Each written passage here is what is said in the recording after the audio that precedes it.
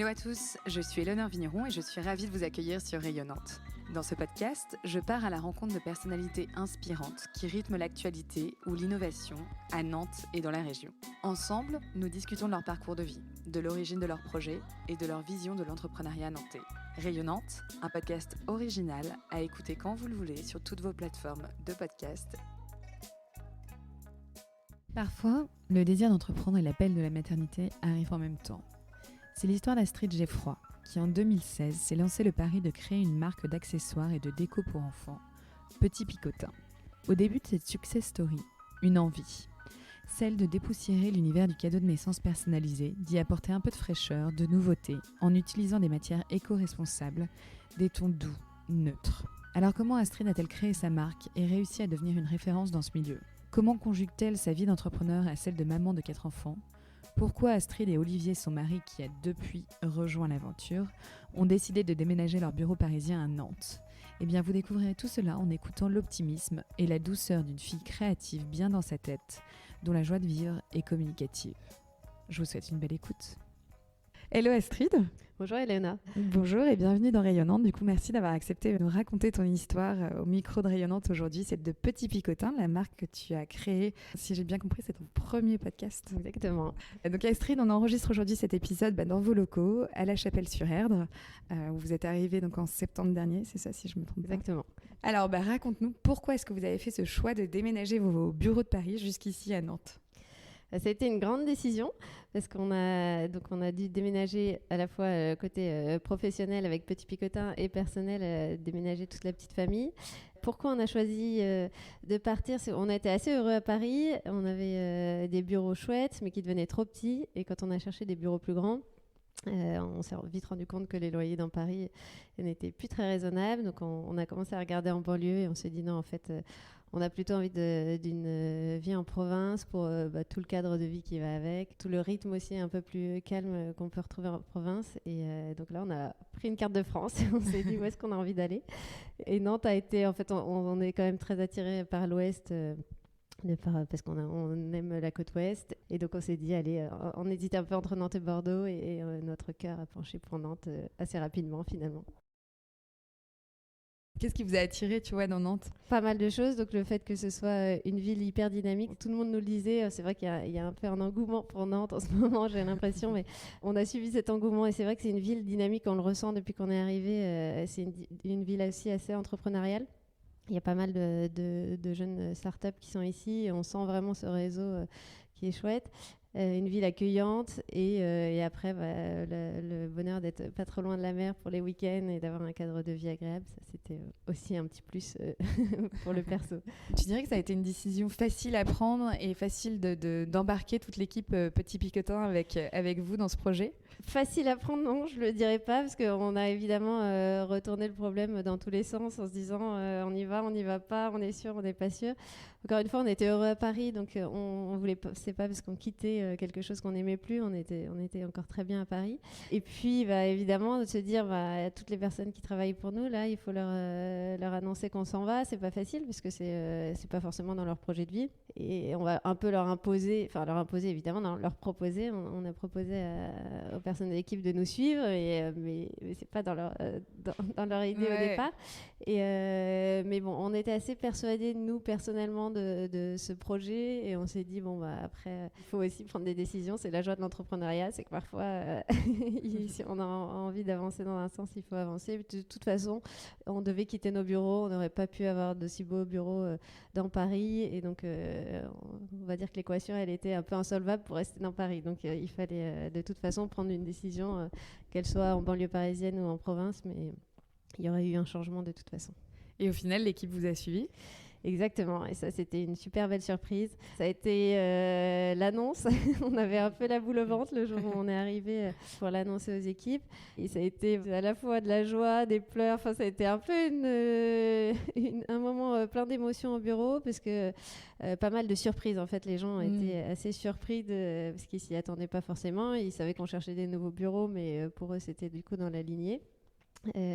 Et finalement, on avait 4 personnes en CDI à ce moment-là, et les 4 personnes nous ont suivis. Donc nous, on était hyper contents de que notre équipe avec qui on travaillait bien à Paris continue à nous suivre. Et puis oui, c'est une petite fierté de se dire ils sont attachés à l'aventure, ils sont bien dans l'entreprise et ils sont heureux avec nous, donc ils ont envie de déménager. Il y a une maman de 4 enfants, enfin c'est déménager des familles aussi, donc ça c'est quand même assez impliquant de la part de nos salariés et nous on était très contents que tout le monde nous suive.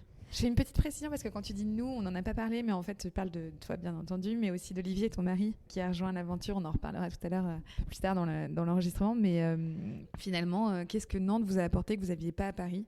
Je dirais qu'au niveau professionnel, ça nous a apporté quand même un cadre de travail qui est génial. Aujourd'hui, on est à La Chapelle-sur-Erdre, au nord de Nantes, et on a des super locaux très lumineux, comme tu peux le voir, très agréables. On a de l'espace, on a vraiment un moyen d'expression super chouette.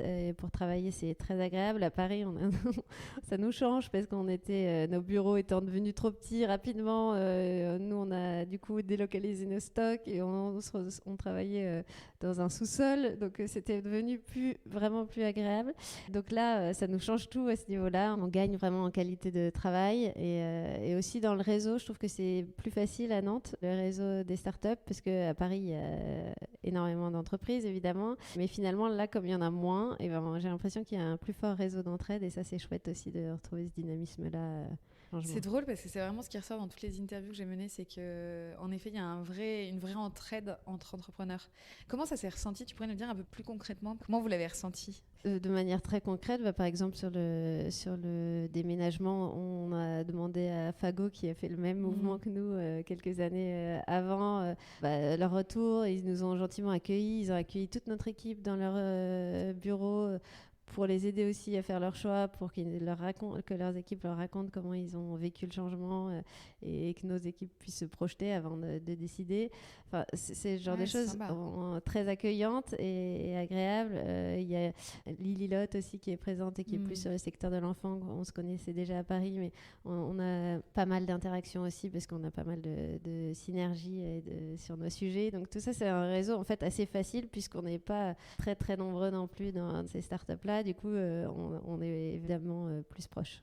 On va parler un peu de toi, Astrid, de ton parcours, à commencer par ton enfance. Alors, je sais que tu as grandi dans une famille d'entrepreneurs, tu vas nous en parler, mais ça m'a intéressé de savoir en quoi, justement, cette enfance, finalement, a façonné un peu la personne que tu es aujourd'hui. Voilà, qu'est-ce qui t'animait ? Est-ce que déjà, tu avais l'entrepreneuriat en tête petite ? Alors, en effet, du coup, je viens d'une famille d'entrepreneurs.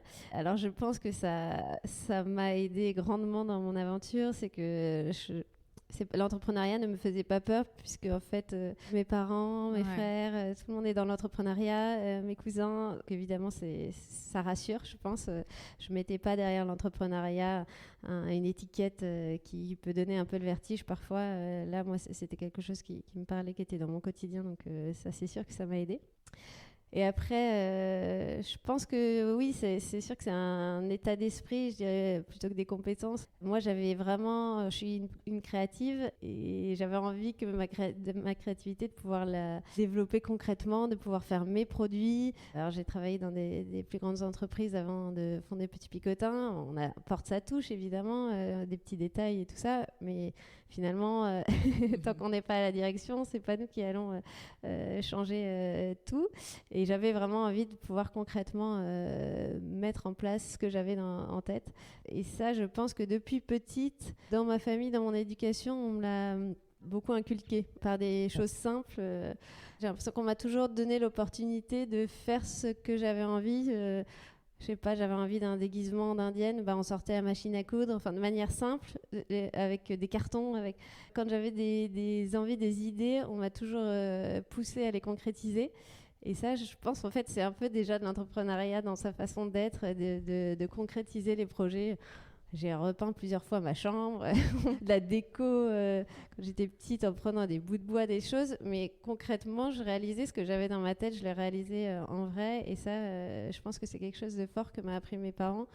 T'as une envie, alors avec les moyens du bord, mais fais-la et va au bout. Et ça, je trouve que c'est une force et j'espère que je la redonnerai aussi à mes enfants aussi, de ne pas se mettre des freins de manière naturelle. Ouais, c'est une belle leçon.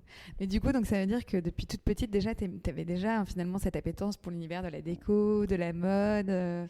J'ai toujours eu, pareil, je pense qu'on est un peu façonné aussi par l'univers dans lequel on grandit. J'ai une maman qui a toujours beaucoup cousu, qui est fan de déco et du coup qui m'a plongée dans son univers et transmis évidemment tout ça. Le goût du beau, les couleurs, tout ça, elle me l'a transmis et donc j'ai grandi là-dedans. Ça a été quelque chose qui m'a toujours plu et je me suis vraiment rendu compte que c'était le textile qui me plaisait. En fait, un peu plus tard, quand j'ai fait une école de commerce et ensuite en stage en école, je suis allée chez Givenchy, donc dans les cosmétiques. Au départ en marketing et là je me suis rendu compte que en fait c'était chouette le marketing mais les cosmétiques je suis pas spécialement cliente de cosmétiques et du coup ça ne me parlait pas et je me suis dit en fait je veux faire ce métier mais sur ce que j'adore donc le textile, la déco donc je m'en suis un peu rendu compte, ça a été un déclic à ce moment-là. Et du coup, quel a été ton parcours alors après cette expérience dans les cosmétiques? Donc, je me suis rendu compte que je voulais aller dans le textile et j'ai fait l'IFM, donc l'Institut français de la mode, pour pouvoir justement faire du marketing. À l'époque, je voulais être chef de produit. Donc, tu as fait ça après ton école de commerce? Exactement. Donc, sur 1 an, c'était un master spécialisé. Une année géniale parce que c'était dans l'univers que j'adorais et c'est une très belle école qui nous fait rencontrer plein de professionnels du secteur, aussi bien apprendre l'histoire de la mode, donc moi qui m'intéressais énormément, que comprendre tous les tissus, les techniques. Enfin, c'était une année hyper riche où j'ai rencontré aussi des super personnes et des profils très variés parce que il y avait des gens aussi bien qui avaient fait une école d'architecture que des écoles de commerce, qu'une école de design. Enfin, c'était assez riche dans les rencontres. Donc j'ai fait ça et après après l'IFM, j'ai commencé par un remplacement en congé maternité chez Petit Bateau. D'accord. Pendant 6 mois. Donc voilà, l'enfance déjà peut parler. Et ensuite, je suis allée chez Comptoir des Cantonniers pendant plusieurs années. Et là, j'étais du coup chef de produit au développement des collections sur différents pôles de produits. Et tu dirais que c'était nécessaire de passer par ces expériences professionnelles avant de créer ta propre boîte ? Nécessaire. En tout cas, j'ai aimé ces expériences et je pense qu'elles m'ont évidemment apporté. Je pense que toute expérience finalement aide. Est-ce qu'il faut rester 3 ans dans une boîte, 10 ans Je pense qu'il faut monter sa boîte au moment où on en a envie, au moment où c'est opportun de le faire. Mais je ne suis pas sûre qu'il faut en tout cas se mettre ces barrières, de se dire il faut absolument connaître l'entreprise avant de lancer sa propre entreprise. On a des très beaux exemples de gens qui ont lancé leur entreprise plus jeunes et d'autres inversement plus tard. Moi en tout cas c'est sûr que ça m'a aidée. Mais même sur le management, aujourd'hui, il y a plein de choses que je fais aussi dans mon travail au quotidien où je me réfère à des choses que j'ai vécues chez Comptoir des Cotonniers, par exemple. Donc, c'est forcément, ça a été très enrichissant. Alors, raconte-nous justement toute l'histoire de Petit Picotin. Comment est-ce que t'es venue cette idée de créer ta marque ? Je crois que j'ai toujours eu envie de monter ma marque. Je me suis toujours dit un jour, j'aurai mon entreprise. Mais voilà, c'était une envie. Est-ce que ce serait à 50 ans, à 25 ans ? J'en avais pas forcément la moindre idée au départ. C'était comme j'avais envie de fonder une famille. Ça faisait partie des projets de vie qu'on se met en tête. Et donc, on a eu notre première fille, Prune, qui est née en 2014. Et j'ai été la première de mes copines, dans les premières en tout cas, à avoir un enfant. Et donc, j'ai découvert tout cet univers. Et je me rappelle avoir été très touchée par les cadeaux de naissance que j'ai eus. Une petite chaise, un coussin où il y avait écrit son prénom Prune. Alors évidemment, on cogite le prénom pendant 9 mois. On est tout content d'annoncer le prénom qu'on a choisi à tout le monde. Et donc, j'étais hyper touchée de ces gens qui m'avaient fait des cadeaux, qui avaient pris le temps d'aller faire personnaliser le produit. Et quand j'ai commencé à avoir 1 ou 2 copines qui ont eu leur enfant, je me suis dit, moi, super, je vais leur faire ça comme cadeau parce que ça m'avait marqué. Et donc, j'ai commencé à chercher où est-ce que je pouvais faire des cadeaux personnalisés pour leurs enfants. Et là, je me suis un peu dit, il n'y a pas grand-chose sur le marché. À l'époque, il y avait vraiment des choses plus classiques. C'était en blanc avec de la broderie anglaise. En tout cas, je ne me retrouvais pas forcément dans l'offre, dans tout ce qu'il pouvait y avoir. Ça manquait un peu de modernité à mon goût, ça manquait un peu de couleur. Et du coup, je me suis dit, bon, bah, en fait, il n'existe pas, il faut le créer. Et donc, ça a commencé à cheminer et j'ai lancé du coup la boîte à la naissance de notre deuxième fille, Philippine, qui est née 1 an et demi après. Génial. Et finalement, une fois que tu avais eu cette idée, comment est-ce que tu as fait concrètement pour créer ta marque? Tu vois. C'est une bonne question. Alors déjà, il y a une première chose, c'est que moi, j'avais vraiment envie de créer une marque. J'ai voulu commencer de manière assez professionnelle dès le départ. J'ai pas voulu, alors c'était un parti pris, mais j'ai souhaité avancer directement avec plusieurs produits, une vraie collection. Je me suis pas dit je lance 2-3 produits et puis j'essaye de les vendre aux copines, si ça plaît, j'irai sur le cercle d'après. Je me suis dit non, je lance une marque, donc je lance une production, je commence pas par coudre les choses moi-même. Enfin, j'ai essayé de professionnaliser les choses dès le départ. Suite à ce constat, il y a une place, enfin il y a un marché en tout cas qui à l'époque, il y a 5 ans, était vraiment inexistant. Enfin, le marché était existant, mais l'offre était inexistante. Je me suis dit bon bah donc j'ai fait une vraie analyse de marché. Ensuite, la vraie difficulté qui est, je pense, un problème pour nombreux d'entre nous, c'est de trouver les fournisseurs. J'ai l'idée en tête, mais comment je vais le faire, ce produit, avec qui, où. Donc ça a été un long chemin, j'ai trouvé, de trouver les bons fournisseurs. Et c'est tellement difficile à trouver que c'est pour ça que les gens ne communiquent pas à leurs fournisseurs, parce qu'au final, on a tellement tous du mal à le trouver qu'on n'a plus envie de le lâcher une fois qu'on l'a. Et puis j'avais vraiment envie de trouver des partenaires avec qui on allait travailler sur le long terme. Il fallait qu'ils me fassent aussi confiance, parce qu'évidemment, au début, les quantités étaient grandes pour moi, mais petites pour eux. Tout ça, ça a été un chemin. Et puis, alors comment je m'y suis prise finalement, je dirais qu'il n'y a pas de recette miracle. C'est un contact qui en donne un autre, puis on fait un salon, on rencontre quelqu'un. Dans mes souvenirs, en tout cas, ça a été une pelote de laine et il a fallu tirer la ficelle vers un bout et puis pas se démoraliser, parce que ça, c'est quand même les joies du début de je vais y arriver, puis en fait, non, je vais jamais y arriver. Donc, j'ai trouvé plusieurs usines au Portugal, en France aussi. Finalement, après, on se rend compte de la réalité, les prix. On a fait vraiment des convictions de vouloir faire en Europe, donc ça, c'était quelque chose d'important, des produits de qualité. Donc, après, trouver aussi, je voulais des produits en lin, parce que c'était ma matière chouchou. Donc, trouver, sachant que la France est le premier producteur de lin au monde, je voulais absolument que mon lin soit français. Voilà, donc c'est une addition de petites choses qui s'est mis en place. Ça a quand même pris, je dirais bien 6 mois, entre le moment où je me suis dit j'y vais et le moment où j'avais mes premiers protos, t'es prête à me dire go, je lance la production. Et c'est rapidement quand même, quand tu vois, quand tu nous détailles toutes les étapes, j'ai l'impression que ça aurait pu prendre plus de temps que ça, tu vois. Oui, moi ça m'a semblé long, parce que c'est en fait la difficulté, c'est qu'on se retrouve tant qu'on n'a rien de concret, on parle de notre projet à tout le monde, mais en fait on n'a rien de concret tant qu'on n'a pas un produit entre les mains. On se dit bon, là c'est bon, c'est la bonne personne, on va réussir à faire nos produits ensemble. Moi 6 mois m'ont semblé long, mais c'est vrai que ça aurait pu être plus long encore. Et je me disais là, tu vois, tu nous parlais justement de cette difficulté de trouver les bons fournisseurs, les bons prestataires, les bons partenaires qui allaient t'accompagner dans cette aventure. Comment est-ce qu'on fait justement pour trouver un fournisseur? Est-ce que c'est par du bouche à oreille, du réseau, ou est-ce que, je sais pas, tu as un catalogue de fournisseurs Ce serait bien. qui est répertorié et tu les appelles un par un? Ça, ce serait le rêve, d'avoir un fournisseur de catalogue par pays, en se disant c'est les spécialistes de l'enfant, c'est les spécialistes du linge de maison. Ça, ce serait dans un monde idéal. Peut-être qu'un jour on aura ça. Aujourd'hui, on l'a pas. Et en tout cas, on l'avait pas au moment où je me suis lancée, mais on l'a toujours pas, parce que quand on cherche à nouveau des fournisseurs, c'est toujours un peu la croix et la bannière. Donc, comment on fait? Ce que je disais, c'est vraiment un contact qui en donne un autre. J'ai pas eu une personne qui m'a dit tiens, voilà la personne que j'ai, la personne qu'il te faut, va la voir, ce sera chouette.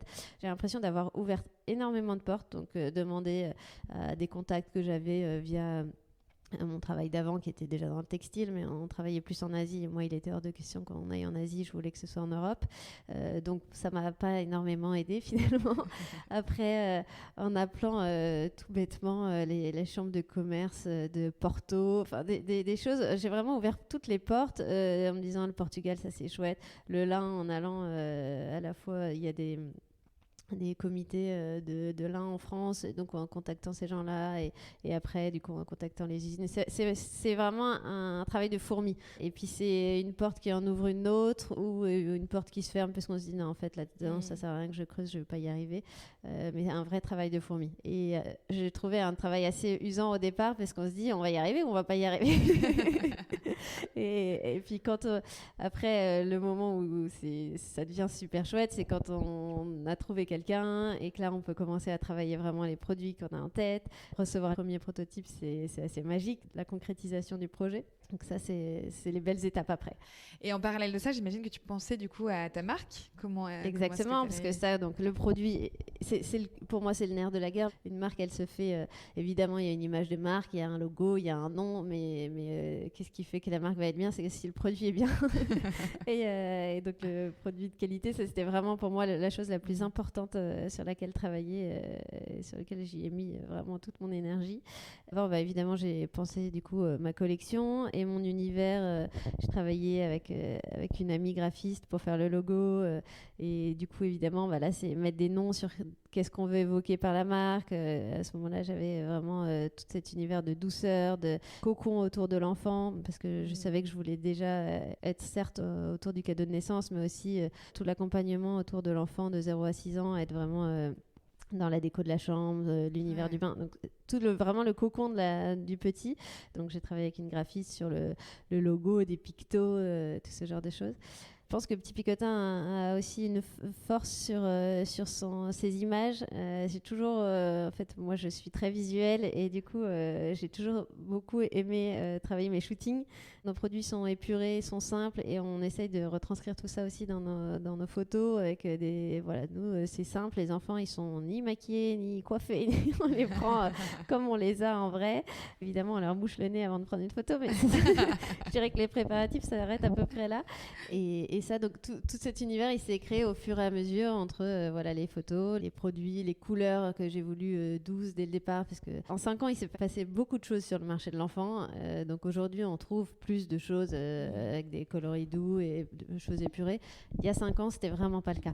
Tout était assez criard, avec beaucoup de motifs. Moi, je voulais en fait apporter le beau justement dans le milieu de l'enfant. Et ça a été un peu un constat quand j'ai eu ma première fille. Pourquoi autant de couleurs, autant d'attaques visuelles sur tout ce qui touche l'enfant? On avait l'impression que c'était quand même très, très fort et j'avais envie de rapporter un peu plus de douceur dans tout cet univers. Ouais, ça se ressent chaud. Et alors, tu nous parlais de cet univers de marque, tu nous parlais de l'arrivée de tes premiers prototypes. Comment est-ce que tu as fait au début pour te faire connaître? Je dirais que l'entourage proche a été d'un super soutien pour démarrer. Je me rappelle de cette première journée de vente. Évidemment, j'en avais parlé à tout mon entourage. J'avais aussi créé ma page Instagram parce que je trouvais ça chouette de raconter l'histoire de la marque dès ses débuts. Les logos, toutes nos recherches qui se sont passées. Je commençais à avoir une petite communauté sur Instagram encore assez réduite, tant que la marque n'avait pas démarré. Et puis, évidemment, premier jour, je lance mon site, donc je donne à toute ma communauté les infos comme quoi c'est lancé. Ma base d'email, j'ai envie de dire à nos amis et contacts de contacts, en leur envoyant une newsletter en disant que ça y est, le site est en ligne. Et je me rappelle très bien de cette excitation des premiers jours et des 20 premières ventes où c'est génial, c'est top. Et je pense que ça a été, comment on s'est fait connaître, c'est vraiment par le bouche à oreille. Ces premières personnes qui ont acheté ont soit offert le produit, soit gardé pour elles. On a eu des super retours positifs sur les produits sont jolis, ils sont qualitatifs, j'adore, ça change, c'est un peu original par rapport à ce qui se faisait à l'époque. J'ai l'impression que les gens qui avaient acheté n'étaient pas déçus, ils étaient plutôt justement super agréablement surpris par le produit et du coup, effet boule de neige, ça se transmet. Je connais une super marque et au fur et à mesure, nous, on a vraiment bénéficié à l'ancienne du bouche à oreille. C'est génial parce que c'est devenu des vrais ambassadeurs de marque en fait. Exactement. Ouais. Et c'est ce qui, encore aujourd'hui, qui sont nos meilleurs ambassadeurs, ce sont nos clients. Nous, on travaille très peu avec les influenceuses. Par contre, on a nos clients qui sont géniaux, qui postent des photos de leurs enfants avec les produits. Et ça, c'est qui de mieux que nos clients peut parler de Petit Picotin. Et ça, pour nous, c'est hyper gratifiant parce ils parlent de la marque, ils montrent leurs photos dans la vraie vie. Il n'y a rien de caché. C'est pas nous qui leur leur avons offert le produit, ils l'ont acheté, ils en sont contents, ils le disent, et ça, c'est chouette, quoi. Et ça se ressent, je trouve, dans votre communication, parce que très régulièrement, du coup, je vous suis sur les réseaux et je suis votre blog que j'adore lire. Il y a toujours des articles hyper intéressants, petite parenthèse, pour nous les mamans. Et en fait, je trouve ça sympa parce qu'on sent que vous avez vraiment à cœur de mettre le client au cœur, justement, de votre communication. Souvent, il y a des petits verbatim d'enfants, des clients qui font sourire. Qui s'est créé au fur et à mesure. Par exemple, ça, c'est pas un truc que j'avais pensé le premier jour de mon entreprise en me disant je voudrais reprendre les phrases d'enfants. C'est créé au fur et à mesure. Et ça, c'est un truc qu'on adore et que nos clients adorent. Et ça nous vaut une bonne partie de rire dans la journée quand on reçoit les messages. C'est tellement magique, les petits mots d'enfants. Et on adore les recevoir de nos clients et les retransmettre. Et c'est vrai que ça amuse tout le monde. Mais nous, on n'enrôle rien. On retransmet ce que nos clients nous transmettent. Et ça, c'est chouette. Et justement, tu parlais de cette première journée-là où tu avais fait tes 20 ventes. Est-ce que si tu te projettes un peu, si tu revis un peu cette journée, est-ce que tu te souviendrais et est-ce que tu pourrais nous dire ce que tu avais ressenti à ce moment-là? Qu'est-ce qu'on ressent quand on voit défiler ces premières ventes? De l'excitation, pour le coup. Évidemment, beaucoup d'excitation. C'est magique, ça y est, c'est concret. Je vais pouvoir aller à la poste envoyer mes produits. C'est bête, hein, mais les personnaliser, mettre les premiers prénoms. Je me rappelle du premier Arthur que j'ai écrit sur mon premier sac à dos vendu. Et voilà, c'était le début. Ça démarrait concrètement. Et c'était plus juste pour moi et mes prototypes et mes photos. Ça y est, c'était pour quelqu'un d'autre. Donc beaucoup d'émotions aussi sur le fait de dire mes produits vont être chez les gens, ça y est, ça sort de chez nous. Petite fierté de se dire ça y est, c'est concret, mais c'était encore à la fois les tout débuts, c'est vraiment fébrile. Qu'est-ce que ça va donner? C'est à la fois magique, stimulant, et à la fois ça fait un petit peu peur le début parce ça y est, on est parti, on est lancé, on a la prod. Maintenant, il va falloir que ça tourne et que ça se développe. Donc Et justement, tu vois, à quel moment, parce que voilà, aujourd'hui, Petit Picotin, c'est une jolie success story, on le sait, hein, vous employez 14 collaborateurs, vous avez réalisé 60 000 commandes en 2011. À quel moment, toi, tu as pris conscience que c'était justement, ça y est, c'était le début d'une histoire à succès? Je dirais qu'il n'y a pas un moment où je me dis super, Petit Picotin se développe bien, c'est un succès. C'est plus, je trouve que c'est au fur et à mesure, quand on regarde derrière, soit on peut se dire c'est chouette. Je dirais que la première personne que j'ai embauchée, Julie, dans l'équipe, je me suis dit c'est un premier succès. En fait, c'est une multitude de petites victoires qui avancent et qui nous font grandir. Donc c'est pas un jour où on se dit ça y est, j'ai réussi. Et je me le dis surtout pas ce genre de choses aujourd'hui. On a encore des millions de projets, et donc c'est une marche après une autre. L'escalier il est un peu infini, mais ça, on en a passé des petites victoires. Le premier seuil des 100 commandes, puis des 1000 commandes, puis des commandes, des 100 000 commandes. À chaque fois, c'est des seuils qui se passent et où on regarde derrière et on se dit waouh, tout ça, on a fait tout ça. Là aujourd'hui, d'être une équipe de 14 personnes, je l'aurais pas imaginé, je l'aurais pas écrit au départ, et aujourd'hui je suis super fière de ça et contente d'être entourée, et du coup c'est encore une autre aventure, j'ai envie de dire. En fait, on a quand même pas mal de virages dans l'entrepreneuriat. Évidemment, quand j'étais toute seule au début ou à deux, on travaillait dans mon salon. Et aujourd'hui, où on a une vraie entreprise et où il y a plus du management, des équipes, ça n'a rien à voir. C'est deux choses complètement différentes qui se sont passées en 5 ans, et il y en a eu beaucoup des étapes dans tout ça. Je pense que je suis quelqu'un de nature très positive et optimiste et assez fonceuse. Et moi, en fait, ça me stimule énormément, tout ça. Ça me booste au quotidien, tous ces projets, ces gens qui travaillent pour nous, ces clients qui nous envoient. On a des clients quand même hyper sympas, je tiens à le dire. Alors, je pense qu'on arrive dans un moment de vie des gens où ils sont heureux, puisque la naissance d'un enfant, c'est toujours quand même un moment de joie et un moment de bonheur. Donc, je pense qu'on arrive avec nos produits sur un moment assez propice, mais les gens m'étonne vraiment de sympathie, le nombre de messages qu'on reçoit par jour en nous disant bravo, c'est super, merci d'être là, merci de faire ces produits. Moi-même, je prends pas souvent le temps d'écrire aux marques que j'aime bien, et je remercie vraiment tous nos clients de le faire aussi souvent, parce que nous, pour l'équipe et moi, c'est vraiment les retours de nos clients, c'est vraiment ce qui me booste le plus au quotidien, quoi. Ouais. Qu'est-ce qu'ils apprécient le plus, tu penses? Ils apprécient le style de la marque, qui reste assez intemporel, épuré, avec des couleurs douces. Ça, c'est quelque chose qui est souvent remonté, le fait que ce soit des choses simples aussi, dont on ne va pas se lasser dans 2 mois, parce que visuellement, c'est trop fort. Ça, c'est quelque chose qui revient. Ils aiment la personnalisation, ils aiment le fait de... Alors aujourd'hui, tous nos produits ne sont pas personnalisables parce que justement, on part aussi du principe que c'est très chouette la personnalisation. Après, on n'a pas forcément envie d'avoir le prénom de son enfant écrit partout. Même si on adore son prénom, parfois ça peut être lourd de l'avoir partout. Donc nous, à chaque produit, on se pose la question, est-ce qu'on le veut personnalisé ou non personnalisable? Est-ce qu'il va resservir aux frères et sœurs un protège carnet de santé? Votre enfant, il l'aura toute sa vie. Là où la gigoteuse, on se dit non, ça n'a pas de sens de la personnaliser, parce que la gigoteuse, on ne va pas acheter une gigoteuse par enfant. Là, c'est notre côté responsable qui parle. Oui, ça plairait, on a des demandes tous les jours pour les personnaliser, mais on explique aux clients et les clients sont très réceptifs à ça. Quand on leur dit, non, vous en servirez pour votre second enfant, et les enfants grandissent, la gigoteuse c'est 6 mois et puis il faut changer de taille. Ça, du coup, on ne veut pas le personnaliser, et les gens comprennent complètement quand on leur explique et nous disent oui, vous avez raison. En fait. Et nous, donc, qu'est-ce qu'ils aiment aussi? Je pense que c'est le côté durable et responsable de notre marque. Aujourd'hui, on est une marque, on fait nos produits en coton biologique qui est certifié GOTS, des produits en lin français, on produit au Portugal. Alors, je crois qu'on n'en parle pas assez parce qu'on me le dit souvent. En fait, vos produits, on n'a pas grand-chose à redire sur ce côté environnemental et durable. Mais vous n'en parlez pas assez. Alors, on va en parler un peu plus.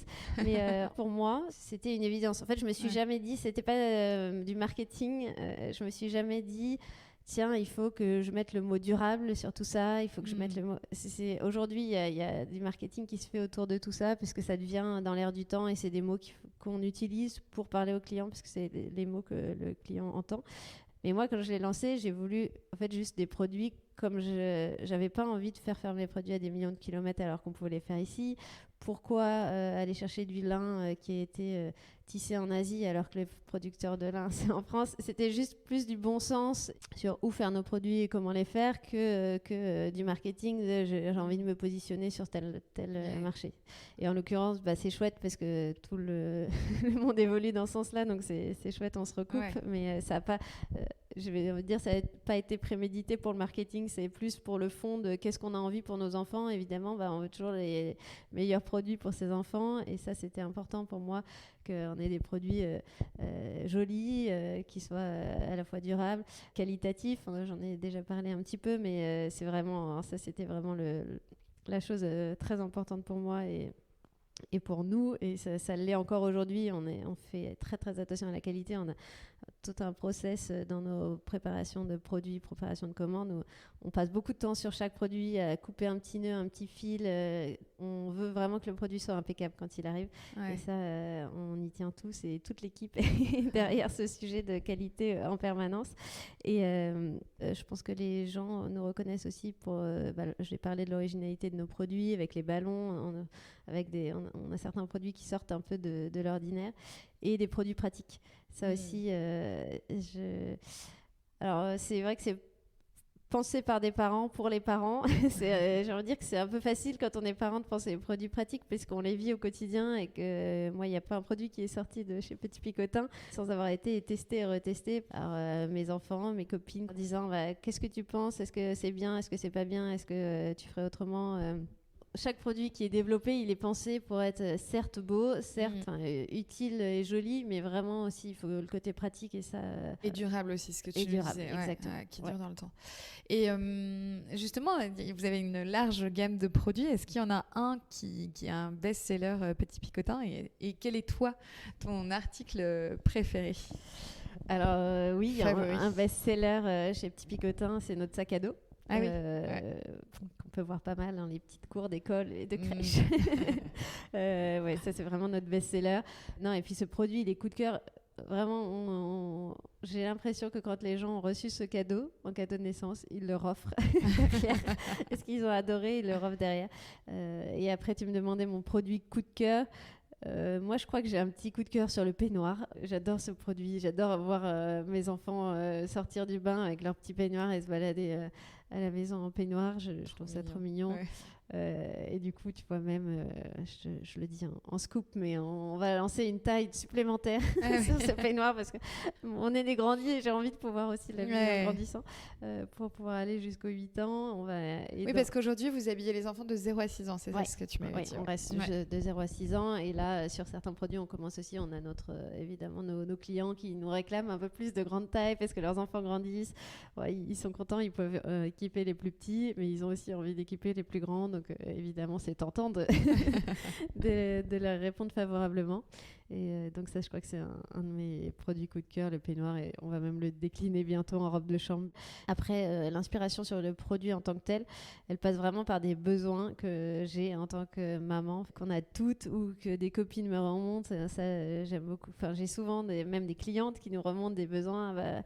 Est-ce que vous pourriez faire tel produit ou tel produit? Évidemment, chaque demande, on en parle en interne et on se dit oui, non, pourquoi pas. Et quand on a des doutes, on interroge pour le coup notre communauté. Est-ce que ça vous dirait d'avoir tel produit? Par exemple, typiquement les petits pyjamas qu'on a lancés, moi je ne trouvais pas, il y a 2 ans quand on a lancé nos petits pyjamas, de pyjamas unis, simples pour mes enfants. Je voulais un pyjama de qualité qui allait pouvoir se transmettre d'un enfant à l'autre. Et je ne trouvais pas ça. Et typiquement là, je me suis dit, on lance des pyjamas. On ne fait pas du tout de vêtements jusqu'à aujourd'hui. Le pyjama est on dirait, entre l'accessoire et le vêtement, puisque ce n'est pas non plus un vêtement du quotidien. Mais on s'est déporté un peu vers cet univers, plus parce que pour moi, il y avait un besoin sur ce créneau dans des prix abordables. Et tu parlais justement tout à l'heure de personnalisation. Je voulais qu'on revienne un peu là-dessus parce que j'ai la chance de visiter vos locaux et donc je sais que vous personnalisez à domicile. Est-ce que tu pourrais nous en parler un petit peu plus? Tu vois déjà comment est-ce que t'es venue cette idée de faire de la personnalisation? On en a parlé, mais plus de faire de la personnalisation, enfin carrément d'acheter des machines pour faire de la personnalisation et de pas externaliser cette partie-là. Et comment est-ce que vous faites? Alors, la personnalisation, on a décidé de l'intégrer pour une raison simple, c'est qu'on avait envie de pouvoir livrer nos clients rapidement. Aujourd'hui, on est quand même dans un monde où on achète quelque chose, on a envie de l'avoir assez rapidement. Et nous, ça c'est... D'ailleurs, j'en ai pas parlé quand tu me demandais ce qu'aiment les gens aussi chez Petit Picotin. Je crois que c'est aussi notre rapidité. Aujourd'hui, on est capable de... Enfin, depuis peu, on a lancé un service express et en 24 heures, on a sa commande. Personnalisé? Personnalisé. Ah ouais, c'est dingue. Ouais. On n'est pas Amazon, hein, mais presque. mais on a cette réactivité qui ne pourrait pas être faite si on sous-traitait toute cette partie de personnalisation. Donc ça, c'est chouette de pouvoir être réactif parce que tout ce qui est dans l'univers du cadeau ou même de l'équipement pour ses enfants, on n'a pas forcément envie d'attendre 3 semaines pour... alors certes, on a envie d'avoir un cadeau personnalisé, mais attendre 3 semaines pour recevoir son produit. En tout cas, c'est pas l'expérience qu'on avait envie de faire vivre à nos clients. Donc ça, c'est une des raisons pour lesquelles on l'a gardé en interne.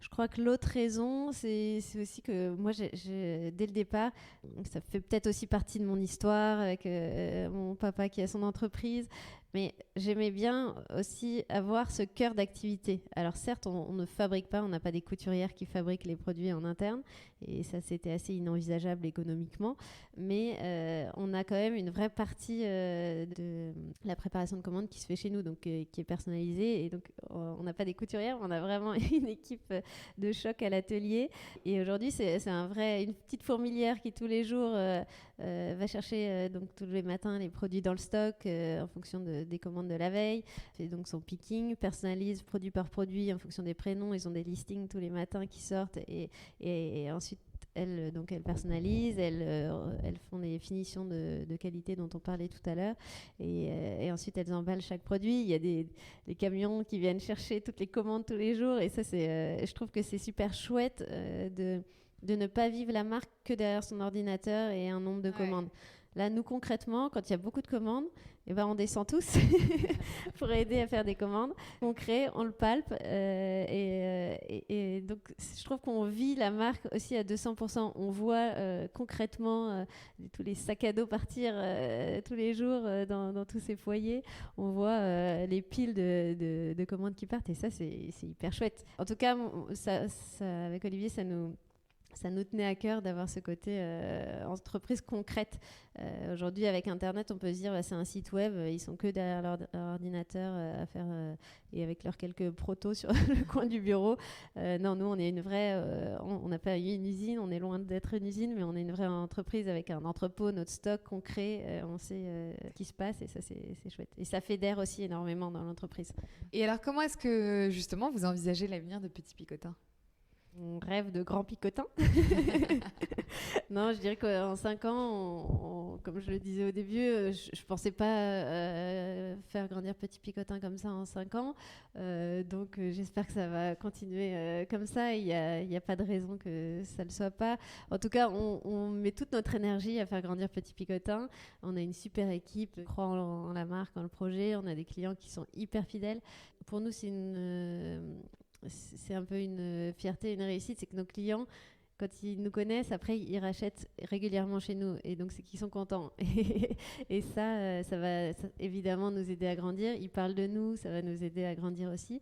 Et donc comment je vois l'avenir de Petit Picotin, je l'espère qu'on sera, si j'avais un rêve, c'est de me dire qu'il y a un produit Petit Picotin dans chaque foyer et que les parents pensent à nous quand ils se disent j'ai besoin de tel produit, peut-être que Petit Picotin le fait. Donc aujourd'hui on est rentré vraiment par le cadeau de naissance au départ, vraiment par l'univers du tout petit. Aujourd'hui on s'élargit, on élargit notre gamme de plus en plus sur tout l'univers pour accompagner l'enfant dans son quotidien. Donc on parlait des produits du bain tout à l'heure, mais il y a aussi, j'ai envie de faire un gâteau avec mon fils, un petit tablier mignon en lin, il va avoir son petit tablier. On essaye vraiment d'accompagner chacun des instants de vie, des bavoirs, on a toutes sortes de bavoirs, de serviettes de table pour accompagner du tout petit au plus grand. Donc on n'est plus que sur l'univers du cadeau de naissance et ça c'est cette globalité, on a envie en tout cas dans les prochaines années, c'est vers là qu'on va sur l'accompagnement de l'enfant dans tous ces moments ordinaires et extraordinaires, comme on dit. Et j'avais une question quand même, il faut que je te la pose, d'une auditrice de Rayonnante qui disait, voilà, aujourd'hui vous vendez vos produits donc uniquement sur votre site internet. Est-ce que vous envisagez de développer d'autres canaux de distribution, comme ouvrir une boutique par exemple ? Alors, j'ai l'impression qu'il y a un peu d'attente. Alors, on a eu une expérience de boutique. On a fait, depuis le début de la marque, plusieurs petits pop-up, mais on a eu une vraie expérience un peu plus longue de 4 mois de pop-up à Paris. C'était une chouette aventure qui nous a permis de concrètement se dire qu'est-ce que c'est que d'avoir une boutique Petit Picotin. Alors, il y a un côté qui est génial, c'est de pouvoir rencontrer nos clients concrètement. Et on s'est rendu compte que finalement, dans cette boutique, sur ces 4 mois, 8 clients sur 10 connaissaient Petit Picotin quand ils rentraient. Donc, ce qui était beaucoup. Les gens, globalement, nous connaissaient en rentrant. Par contre, il y en avait, au moment de passer à la caisse, que 3 sur 10 qui avaient déjà acheté chez Petit Picotin. Et donc, on s'est rendu compte qu'il y a beaucoup de clients qui peut-être avaient entendu parler de la marque ou connaissaient de nom, mais avaient besoin de voir le produit et que finalement, quand ils le touchaient, ils voyaient la qualité, ils étaient convaincus. Et donc ça nous a aussi conforté de se dire c'est important d'être aussi en physique parce que le web c'est bien, les photos c'est bien, mais il faut aussi pouvoir montrer et la qualité de nos produits. Aussi quand on la touche, je pense à notre petit pyjama qu'on vient de sortir, le pyjama pour bébé, il est extrêmement doux et ça, on peut pas le voir sur les photos. On a beau écrire que c'est doux, c'est écrit mais ça reste des mots. Quand on le touche, on a envie d'avoir le même en grand. Donc ça, c'est des choses qui nous ont vraiment convaincus de se dire le physique est quand même important. Les deux sont quand même complémentaires, le web et le physique. Après, c'est aujourd'hui court terme, c'est pas encore dans nos projets. On va développer de plus en plus notre réseau de revendeurs aussi. Donc ça va être une première étape. Et on aura notre boutique, c'est promis, mais j'ai du mal à m'engager sur une date encore. Mais on en aura une un jour. En tout cas, ça fait partie de nos projets. Ouais. Et qu'est-ce que toi, tu aimes le plus dans cette vie d'entrepreneur ? Je crois que ce que j'aime le plus, c'est l'énergie que ça donne. Alors, on me dit souvent...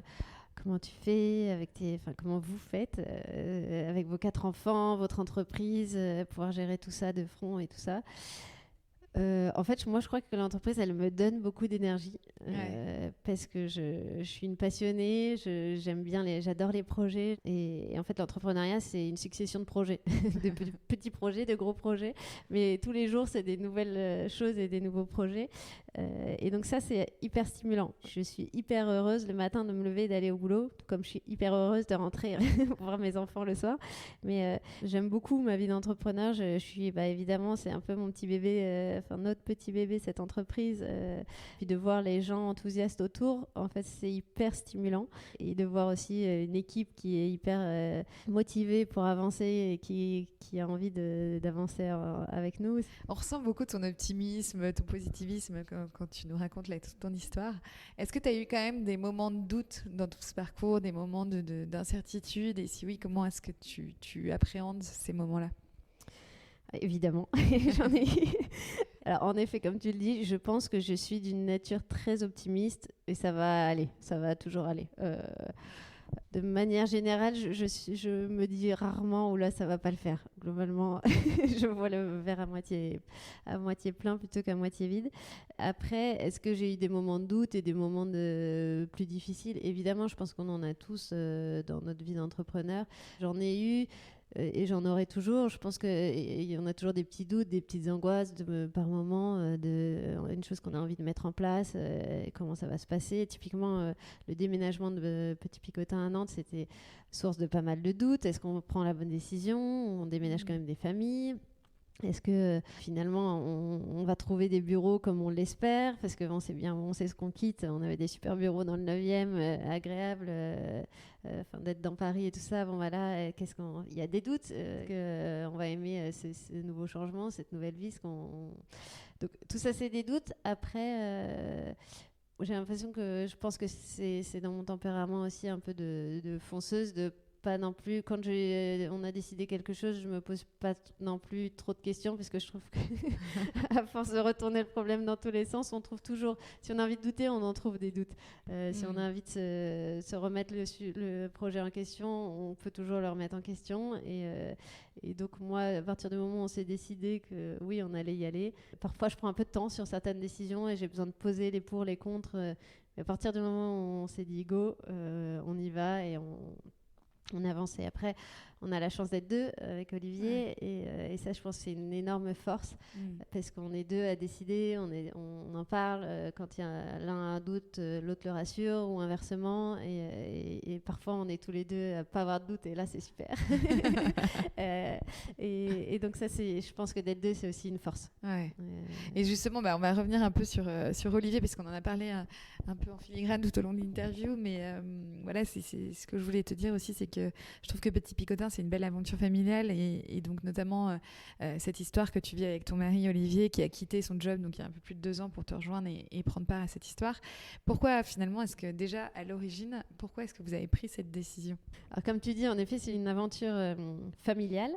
Dès le départ, je parlais un peu de ma famille entrepreneur, mais ma maman, elle a cousu les premiers prototypes, elle m'a énormément aidée au début, elle a envoyé les premières commandes. Enfin, ça a été assez... elle était là sur les premiers salons, enfin, on a vécu ça ensemble. Olivier a toujours été là en off le soir. Évidemment, il m'a toujours aidée depuis le début de Petit Picotin parce que, en tant que mari, pour me soutenir et m'aider. Après, il travaillait chez Leroy Merlin et était très épanoui dans son job, donc c'était pas vraiment un sujet au départ. Et puis, les choses se sont faites petit à petit. Petit Picotin a grandi. Au départ, c'était mon projet qui validait et qui soutenait, mais c'était plutôt mon projet créatif et mes envies. Puis petit à petit, quand l'entreprise s'est développée, c'est vrai que je pense qu'on rêvait tous les deux, au fond, on se le disait un peu, ce serait incroyable qu'un jour tu rejoignes Petit Picotin. Mais bon, il fallait aussi que Petit Picotin grandisse parce qu'on a 4 enfants et il fallait évidemment qu'on puisse aussi faire vivre notre petite famille avec notre entreprise. Donc ça a été des questions, oui, non et quand. Et un jour, j'étais enceinte de Gaston, notre dernier. Et je me suis dit, ça commence à faire beaucoup, l'entreprise se développait, on avait recruté plusieurs personnes dans l'équipe, donc manager l'équipe, pouvoir gérer donc, l'entreprise de A à Z, plus les 4 enfants à la maison. Et il commençait, en fait, je sentais que j'atteignais un peu certaines limites et pour le coup, je pense que je me connais assez bien pour savoir déterminer quand est-ce que là, ça va déborder en termes d'organisation. Et donc là, je me suis dit, bon, je m'éclate encore dans mon boulot, mais finalement, je fais plus le cœur de mon métier. Je fais plus finalement, la gestion d'entreprise reste une entreprise, il faut la gérer. Donc, je faisais beaucoup de gestion d'entreprise, du RH, des achats. Et finalement, je passais très peu de temps sur la création, sur le marketing, sur la com, ce qui m'éclatait. C'était devenu un peu minoritaire dans mes journées. Je me suis dit, en fait, il faut que je recentre tout ça, parce que Petit Picotin aussi, c'est ça, c'est tout le côté créatif. Si je me perds à rester dans la gestion d'entreprise, on va perdre ce côté créatif. Et en fait, je peux plus le faire toute seule aujourd'hui. En tout cas, je pouvais plus le faire de la façon dont j'avais envie de le faire, c'est-à-dire en faisant grandir ma famille aussi, en ayant ce côté... Voilà, je ne voulais pas bosser nuit et jour. et donc, je me suis dit, bon, là, il faut qu'on soit deux. Humblement, j'ai besoin d'être aidée là, sur ce point. Et c'est là qu'Olivier m'a redit, bah, franchement, on est hyper complémentaires, allons-y, on a toujours rêvé. Allons-y. Alors évidemment, on a douté. Tu parlais des doutes. Bah, ça fait partie des doutes. Est-ce que c'est une bonne idée? Est-ce que ça va marcher de travailler en couple? On en a pas mal parlé à nos amis. On a des amis qui travaillent aussi en couple. Du coup, qu'est-ce qui est les points positifs, les points négatifs? À nos parents, voilà. Et en ayant pesé un peu tous les pour et les contre, on s'est dit à l'ego, finalement, cette entreprise, il la vit depuis le premier jour. Olivier, il est en soutien depuis le premier jour et il n'y a pas de raison qu'on ne grandisse pas le projet ensemble, donc on s'est lancé. Donc si je comprends bien, donc toi, tu as plutôt la casquette marketing, créative, etc. Et Olivier plutôt la partie administrative, c'est ça, gestion de l'entreprise. Et lui, il fait vraiment le pilotage de l'entreprise, je dirais, tout ce qui est achat, finance, RH. Ouais. Et moi, la partie créative avec le marketing, la communication et le développement des produits. Ok. Et alors, qu'est-ce que cette aventure vous a appris l'un sur l'autre ? Beaucoup de choses. T'as redécouvert ton mari ? Oui. On était déjà mariés depuis quand même plusieurs années quand il a rejoint Petit Picotin. Mais c'est quand même un peu un deuxième mariage, en fait. C'est chouette, on a l'impression de se connaître par cœur. Et puis finalement, on se rend compte qu'il y a plein de situations dans la vie personnelle qu'on ne vit pas avec son mari. Et qu'arrivé en entreprise, on vit les choses ensemble. Donc, tu vas me dire que je suis encore une fois un peu peut-être optimiste. Mais je trouve ça très chouette. C'est hyper fort dans tous les sens du terme. Quand c'est dur, c'est plus dur à deux. Et quand c'est chouette, c'est plus chouette à deux. Mais c'est hyper fort parce qu'on se connaît super bien, qu'on a une confiance en l'autre, évidemment, sans limite. Et du coup, on est vraiment fort à deux pour avancer. Il n'y a pas d'intérêt de l'un ou de l'autre. Et nous, je pense que notre binôme, il fonctionne aussi bien parce que on est complémentaires et que chacun a sa place. C'est pas parce que j'ai monté l'entreprise qu'Olivier est arrivé après que je dirige plus que lui, ou inversement parce que lui il est plus dans les RH à piloter la boîte et que moi je fais que le créatif, que j'ai moins de place. On est vraiment deux à avoir notre place et ça je pense que c'est ce qui aide aussi à ce que ça marche. Et donc ouais, justement c'est ce qu'on disait, c'est que c'est une belle aventure familiale. Donc au-delà du fait que tu travailles avec Olivier ton mari, tu parlais aussi de ta maman qui t'avait aidé au début à coudre les prototypes et tout. T'as aussi tes enfants qui sont les mannequins Petit Picotin, trop mignons. Je me disais, bon, t'en as déjà un peu parlé, mais si on s'arrête un petit peu sur cette double casquette que tu as de maman et d'entrepreneur, toi, tu as créé donc cette boîte à la naissance de ta seconde fille Philippine. Comment est-ce que tu as vécu, tu vois, en simultané ces deux naissances finalement, la naissance de ta deuxième fille et la naissance de ton troisième bébé, enfin du moins Petit Picotin, quoi. C'était pas non plus une grosse perturbation. J'étais déjà maman, on avait déjà Prune. Donc je pense qu'il y a un vrai chamboulement quand on devient parent. Là, j'avais déjà un enfant, un deuxième. Alors évidemment aussi un deuxième, c'est aussi chamboulant et chaque naissance l'est, mais c'était pas un changement de vie de ce côté-là. Après, ça m'a permis aussi d'être peut-être plus présente. Enfin, plus présente, je sais pas si c'est le bon terme, mais en tout cas, l'entrepreneuriat permet aussi d'être plus flexible sur tout ça. Dans les débuts, je me rappelle pour le coup la naissance de Colombe, la troisième. J'allaitais, je bossais, elle était au milieu de l'atelier dans son transat à regarder les équipes qui personnalisaient. C'est partie de l'aventure, quoi. En sortant de la maternité, j'étais sur mon bureau, mais comme c'était facile, enfin ça s'est fait assez naturellement. Et à la fois, j'ai pas plus l'impression de larguer mon bébé. Je m'en suis occupée quand même, mais tout en faisant, comme tu dis, c'est une entreprise quand même très familiale. Et voilà, les enfants connaissent super bien les bureaux, et inversement, nos salariés connaissent nos enfants, et ça se surtout, en tout cas au début, ça a été vraiment assez mêlé. Et donc ça a aidé à ce que ce soit pas un chamboulement. Tu parlais de chamboulement, mais ça n'a pas été un traumatisme. En tout cas, il n'y a pas eu un avant, un après. C'était aussi petit à petit que ça s'est mis en place. Et j'imagine qu'en étant donc maman de 4 enfants, créatrice de sa boîte et à la tête de sa boîte aujourd'hui, ça nécessite quand même un peu d'organisation. Comment est-ce que tu fais pour gérer tout le quotidien ? Alors, en effet, ça demande d'être très organisé. Ça, c'est indéniable. Et je passe ma vie à faire des to-do list pro-perso pour pouvoir gérer mon temps. Parce que, voilà, le temps, en étant parent, il y a des limites. Enfin, voilà, la journée, elle commence pas avant l'école le matin. Enfin, les horaires sont pas extensibles. Donc, ça demande d'être très organisé. Ça demande d'être aussi de savoir bien prioriser. Et ça, je pense que c'est... je travaille dessus tous les jours. Hein. C'est la chose la plus importante aussi, de pouvoir prioriser et de savoir se dire bon, ça peut attendre, et ça doit se faire tout de suite. Je pense que je suis aussi bien aidée à la maison, donc ça aide aussi. Je suis pas toute seule, voilà, on a une super nounou, j'ai l'impression d'avoir en tout cas des bases solides sur lesquelles je peux m'appuyer, donc ça c'est chouette, des parents qui nous aident et des beaux-parents qui nous aident beaucoup, donc ça aide. Et après, je pense qu'il y a aussi une hygiène de vie, si je puis dire, que nous, on a dû mettre en place tous les deux avec Olivier. Alors au départ, pour moi, quand j'ai monté la boîte toute seule, très rapidement, je bossais le soir, parce qu'en fait, on a toujours des choses à faire. Quand c'est sa boîte, de manière générale, je pense qu'on a tous toujours des choses à faire, mais en plus, quand c'est sa boîte, il n'y a pas vraiment de fin. Et du coup, je commençais à rouvrir pas mal mon ordinateur au départ. Et puis je me suis rendu compte que, c'est Olivier qui m'a dit, attends, qu'est-ce que tu veux ? Est-ce que tu as vraiment envie de passer tes soirées à travailler, ou est-ce que c'est comme ça que tu veux développer ton projet ? Et on s'est tous les deux dit non, ça ira moins vite, mais je coupe, et on a une vie de famille et il faut savoir couper. Et donc ça, je pense, je parlais d'une hygiène de vie, parce qu'il faut se mettre des règles. Et un peu comme les règles avec le portable, j'ai envie de dire, on se dit à partir de tout à l'heure je le regarde plus, et c'est un peu pareil, de se dire, nous on s'est très rapidement du coup mis la règle dès le départ, quand Olivier n'était pas encore dans l'entreprise, le soir je travaille pas, sauf exception et besoin exceptionnel évidemment. Et en fait, ça nous a vachement aidé à avoir un bon équilibre. Et cette règle, on l'a continuée à deux. Donc, je dis pas que, que la frontière n'est pas poreuse entre le boulot et qu'on ne parle pas de boulot à la maison. Évidemment, on parle énormément de travail aussi tous les deux le soir. Mais on a vraiment mis des règles de vie le soir pour s'occuper des enfants. On a notre temps avec eux. Et je pense que la clé aussi, c'est d'arriver vraiment à couper. Après, je veux pas te cacher que c'est intense, que je cours partout, que j'ai toujours l'impression de manquer de temps, d'être en retard.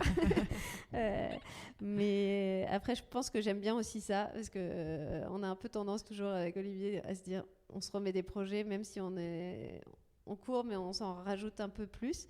Mais je crois qu'on aime ça en fait. On aime ce côté speed, c'est un peu dans notre nature. Et bon. Ouais, ce dynamisme. Ouais. Bon, trop bien. On va terminer l'épisode par les petites questions sur Nantes. Déjà, je voulais savoir ce que toi, t'évoques la ville de Nantes. Là, comme ça, sur ces 6 derniers mois, je parlais de l'accueil. L'accueil de cette ville, j'en ai déjà parlé un peu au début, mais du côté très accueillant, les gens, je trouve, très ouverts et qui prennent le temps pour nous, pour s'intéresser à nous qui on est, les petits nouveaux, alors qu'à Paris, on avait moins ce sentiment. Bon, il y a des nouveaux, pas des anciens. Tout le monde se mélange, tout le monde court dans son quotidien, et donc je dirais que l'accueil, c'est un point... On nous l'avait dit, et en fait, c'est vrai qu'on le vit énormément. Ouais. Et qu'est-ce que tu apprécies le plus, toi, à titre perso ? À titre perso, je crois que c'est ce côté calme, c'est pas le bon terme, mais slow life, comme on dit maintenant, des gens ici. Je trouve ça génial. C'est des exemples tout bêtes. Quand on va au bureau en vélo, en fait, les gens nous laissent passer. C'est incroyable. Ils voient le vélo arriver, ils nous laissent passer. Alors qu'à Paris, j'ai l'impression que c'était la guerre. C'est moi qui vais passer ou c'est toi qui vas passer. Enfin, les gens prennent le temps, même le matin à l'école. Tout le monde n'est pas en train de courir déjà en une réunion, une autre. Les gens se parlent. C'est 5 minutes, mais les gens se parlent plus. Et ça, c'est un truc que j'apprécie énormément. Parce que je crois que c'est un peu aussi ce qu'on est cherché dans le... les gens restent tous dynamiques, mais prennent plus le temps, je trouve. Ouais. Est-ce que tu aurais des bonnes adresses que tu as pu expérimenter, que tu souhaiterais partager aux éditeurs de Rayonnante? En termes de restaurant et tout ça, on n'a pas encore été très... voilà, avec les enfants et l'installation, on n'a pas encore testé beaucoup d'adresses, donc je ne suis pas sûre d'être la meilleure personne pour te recommander ça.